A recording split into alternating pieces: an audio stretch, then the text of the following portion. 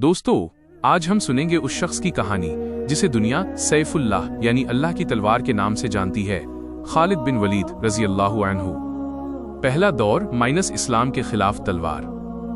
दोस्तों, क्या आप जानते हैं, शुरुआत में हजरत खालिद रजी इस्लाम के खिलाफ थे। ग़ज़वा-ए उहुद में जब मुसलमानों के तीरंदाजों ने अपनी जगह छोड़ी तो उसी मौके का फायदा उठाकर खालिद बिन वलीद रजी ने पीछे से हमला किया और मुसलमानों को भारी नुकसान हुआ। लेकिन अल्लाह की योजना कुछ और थी। दिल का बदलना माइनस हिदायत की रोशनी। समय बीतता गया। हुदैबिया के बाद इस्लाम की ताकत बढ़ती गई।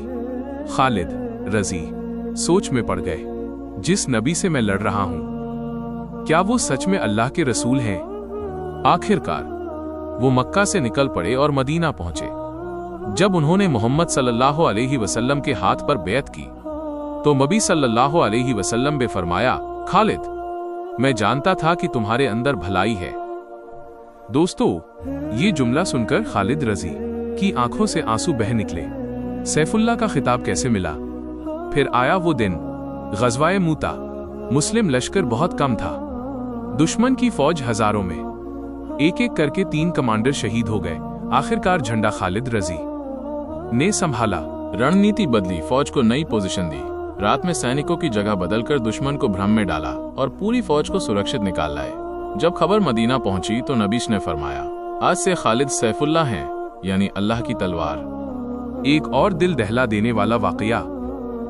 दोस्तों, इतने बड़े सेनापति, लेकिन दिल में जरा सा भी घमंड नहीं। जब खलीफा बने उमर इब्न अल-खत्ताब रजी तो उन्होंने खालिद रजी को सेनापति के पद से हटा दिया। लोगों ने सोचा अब तो वो नाराज होंगे, लेकिन खालिद रजी ने कहा, मैं उमर के लिए नहीं, मैं अल्लाह के लिए लड़ता हूं। सुबहान अल्लाह, यही है असली ईमान। आखिरी लम्हे माइनस एक शेर की खामोशी, इतनी लड़ाइयां, इतने जख्म। लेकिन क्या आप जानते हैं, खालिद रजी शहीद नहीं हुए। उन्होंने अपने जिस्म पर घाव दिखाकर कहा, मेरे जिस्म पर ऐसा कोई हिस्सा नहीं जहां जख्म ना हो, फिर भी मैं बिस्तर पर मर रहा हूं, जैसे ऊंट मरता है। और फिर फरमाया, कायरों की आंखें कभी ना सोएं। सन 642 ईस्वी में होम्स, सीरिया में उनका इंतकाल हुआ।